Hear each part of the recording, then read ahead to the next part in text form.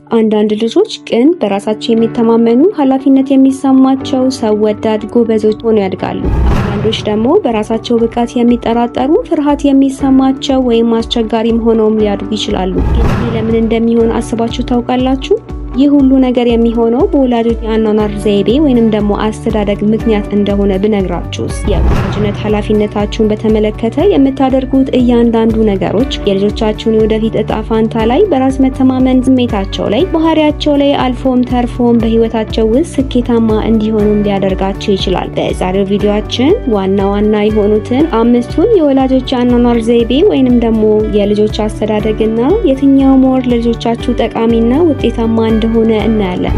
ከቪዲዮ መጨረሻ አብራችሁን ከቆያችሁ ደግሞ በወላጅነት ሚናችሁ ላይ በጣም ሊጠቅማችሁ የሚችል በጥናቱ መሰረት የትኛው የወላጆች አስተዳደግ ልጆችን ሞር ስኬታማ ሊያደርጋቸው እንደሚችል እነግራችኋለሁ። እራሳችሁን የትኛው ጋር እንዳላችሁና ልጆቻችሁ ላይ ያለውን ጥሩና መጥፎ ተጽዕኖ ልታዩበት ወደምትችሉበት ወደ 5ቱ የወላጆች አኗኗር ዘይቤ ወይንም ደግሞ የልጆች አስተዳደግ ልነግራችሁ ነው። ለመስማት ዝግጁ ከሆናችሁ እንጀምር። የምናየው አውቶሪቴሪያን ፓረንቲንግ የሚባለው ነው። ይህ የወላጆች አኗኗር ዘይቤ የሚያተኩረው ህግ ማክበር ላይ፣ ስነ ስርዓት ላይ እና ለህግ ተገዢ መሆን አማራጭ የሌለው ነገር ነው። ይህንን የወላጆች አኗኗር ዘይቤ የሚከተሉ ወላጆች በተለምዶ ስትሪክት የምንላቸው አይነት ወላጆች ናቸው። እንደዚህ አይነት የወላጆች አኗኗር ዘይቤን የሚጠቀሙ ወላጆች የሚታይባቸው ባህሪዎች መካከል ጥቂቶችን እንይ። ለልጆቻቸው በጣም ከፍተኛ የሆነ ኤክስፔክቴሽን ይኖራቸዋል። ልጆቻቸውን ማበርታት ላይ፣ ፍቅር መስጠት ላይ ዝቅተኞች ናቸው። እንዲሁም ደግሞ ልጆቻቸውን ጋይድ ከማድረግ ይልቅ ብዙ ጊዜ መቅጣትን ይመርጣሉ። እንደዚህ አይነት ፓረንቲንግ ስታይል የሚጠቀሙ ወላጆች ልጆቻቸው ላይ ያለውን ደግሞ ኢፌክት ነይ። ልጆቻቸው ህግን አክባሪ ይሆናሉ፣ ግን ደግሞ ኮንፊደንስ አይኖራቸውም። ሪስክ መውሰድ የሚፈሩ፣ ከፍተኛ ጭንቀት ያለባቸው፣ እንዲሁም ደግሞ ሰልፍ ስቲማቸውም ዝቅተኛ ይሆናል። ምናልባት ወደ በኋላ ላይ ሚስጥራዊ ወይንም ደግሞ አመፀኛም ሊሆን ይችላሉ ይላል ጥናቱ። ከዚህ ጋር በተያያዘም አንድ ቲፕ ልንገራችሁ። ልጆቻቸውን ከመቅጣት ይልቅ ህጎችን ማብራራት፣ ለነሱ ርህራሄ ማሳየትና የሌላውን ችግር እንደራስ ማየት ያስፈልጋል። ልጆች ህግ ለምን እንደሚጠቅማቸው በገባቸው ልክ ህጉን በደንብ ሊማሩበትና በደንብ ሊያከብሩት ይችላሉ። ወደ ሁለተኛው ፓረንቲንግ ስታይል ደግሞ ሁለተኛው ፓረንቲንግ ስታይል ፐርሚሲቭ ወይም ደግሞ ኢዚጎይንግ ፓረንቲንግ ይባላል። እንደዚህ አይነት የወላጆች አኗኗር ዘይቤን የሚጠቀሙ ወላጆች ለልጆቻቸውን በጣም ፍቅር የሚሰጡ ወላጆች ናቸው፣ ግን ደግሞ ለልጆቻቸው ባውንደሪ አያስቀምጡም። እንደዚህ አይነት የወላጆች አስተዳደግን የሚጠቀሙ ወላጆች ላይ የሚታዩት ባህሪዎች መካከልም ለልጆቻቸው በጣም ፍቅር የሚሰጡ፣ ሁሉንም ነገር ፈቃጅ የሆኑ፣ ስነስርዓት ማስያዝ ላይ ዝቅተኛ የሆኑ፣ ለልጆቻቸው እንደ ወላጅ ከመሆን ይልቅ እንደ ቤስት ኤንድ የሚሆኑ አይነት ወላጆች ናቸው። እንደዚህ አይነት ፓረንቲንግ ስታይል የሚጠቀሙ ወላጆች ልጆቻቸው ላይ ያለውን ተጽዕኖ ደግሞ ነይ። ልጆቻቸው ራሳቸውን ለመቆጣጠር የሚቸገሩ፣ ደንቦችንና ስልጣንንም ማክበር ይከብዳቸዋል። ይሁን ደግሞ ኢንታይትልመንትን ዲቨሎፕ ስለሚያደርጉ ሁሉንም ነገር ለነሱ እንደሚገባቸው ያስባሉ። ልጆች ሴፍ እንደሆኑ እንዲሰማቸው፣ ኃላፊነት የሚሰማቸው ሆነው እንዲያድጉ ባውንደሪ ያስፈልጋቸዋል። ወደ 3ኛው ፓረንቲንግ ስታይል ደግሞ አለፍኩ። የፓረንቲንግ ስታይል እጅግ በጣም ጎጂ የሚባለው ፓረንቲንግ ስታይል ነው። ይህም ኔግሌክት ወይም ደግሞ አንኢንቮልቪንግ ፓረንቲንግ ይባላል። እነዚህ ወላጆች ቸልተኛ የሚባሉ አይነት ወላጆች ሲሆኑ ብዙ ጊዜ በስሜት ወይም ደግሞ በአካል ለልጆቻቸው የማይገኙ ወላጆች ናቸው። እንደነዚህ አይነት ወላጆች ላይ የሚታዩ ባህሪዎች መካከልም ለልጆቻቸው ፍቅር መስጠት ላይ ዝቅተኛ ሲሆኑ፣ ስነስርዓት ማስያዝ ላይም እንደዛው ዝቅተኛ ናቸው። እንዲሁም ደግሞ ከልጆቻቸው ጋር ያላቸው ኮሚኒኬሽንም በጣም ዝቅተኛ ነው። ይህም የወላጆች አኗኗር ዘይቤ ወይንም ደግሞ የወላጆች አስተዳደግ ልጆቻቸው ላይ የሚያደርሰውን ተጽዕኖ ነው። ልጆቻቸው እንደማይወደዱና አስፈላጊ እንዳልሆኑ ይሰማቸዋል። በዚህም ምክንያት ራሳቸውን መጥላት ይጀምራሉ። በእምነትና በግንኙነት ላይም ስትራግል ያደርጋሉ። ሰልፍ ስቲማቸውን በጣም ዝቅተኛ ነው። አደገኛም የሆነ ባህሪ ሊታይባቸው ይችላል። እዚህ ጋርም ሁሌ ማስታወስ ያለባችሁ በህይወታችሁ ምንም ያህል ቢዚ ብትሆኑ ለልጆቻችሁ ቢያንስ በቀን 10 ደቂቃም እንኳን ብትሆን የምትሰጧቸው ኳሊቲ ታይም የልጆቻችሁን ስሜት መቀየር የሚችል ትልቅ ፓወር አለው። ትንሽ ደቂቃም ብትሆን ዲስትራክት ከሚያደርጋችሁ ነገሮች ራሳችሁን በማራቅ ከልጆቻችሁ ጋር አሳልፉ።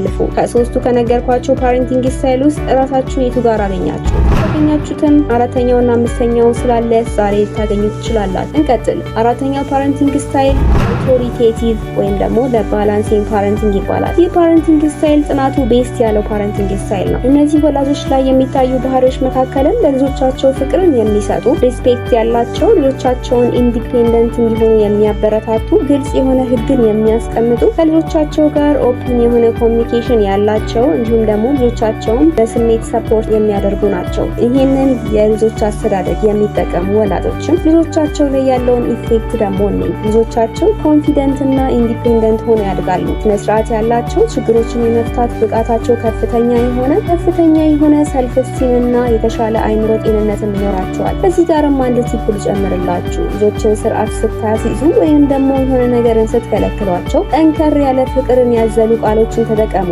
አይሆንም ከማለት ይልቅ ለምን እንደማይሆን ግልጽ አድርጋችሁ ንገሯቸው፣ ወይንም ደግሞ ህጉን ለምን ማክበር እንዳለባቸው እና ጥቅሙን በደንብ አብራርታችሁ ንገሯቸው። አሁን ደግሞ የመጨረሻውንና አምስተኛውን ፓረንቲንግ ስታይል ነግራችሁ ነው።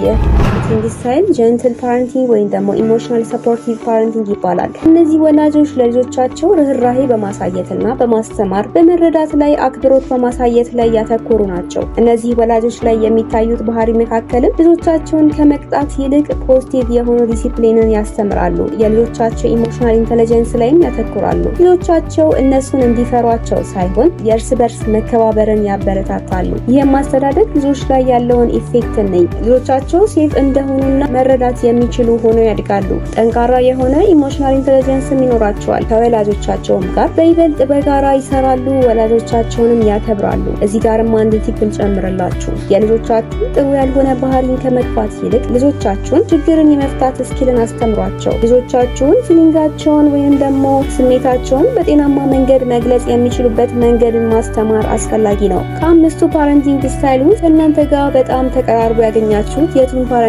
ስታይል ነው? ኮሜንት ላይ አጋሩ። አሁን ግን ቃል በገባሁት መሰረት በቤስት ፓረንቲንግ ስታይል የቱ እንደሆነ ልነግራችሁ ነው። በጥናቱ መሰረት ምርጥ የወላጆች አኗኗር ዘይቤ ወይንም ደግሞ የልጆች አስተዳደግ ዘይቤ የተባለ የአውቶሪቴቲቭ እና የጀንትል ፓረንቲንግ ሚክስ ነው። እነዚህ ፓረንቲንግ ስታይሎች ሚክስ ሲሆኑ ልጆቻችሁ ሞር ስኬታማና ፕሮዳክቲቭ እንዲሆኑ ያደርጋቸዋል ይላል ጥናቱ።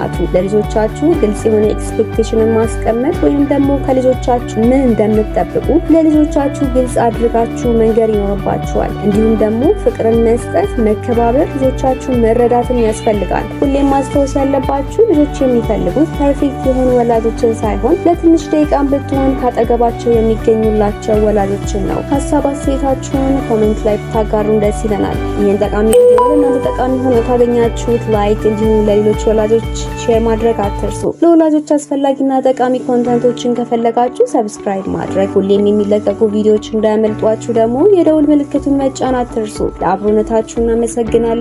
በቀጣይ ገራሚ ቪዲዮ እስከምንገናኝ ቻው ቻው።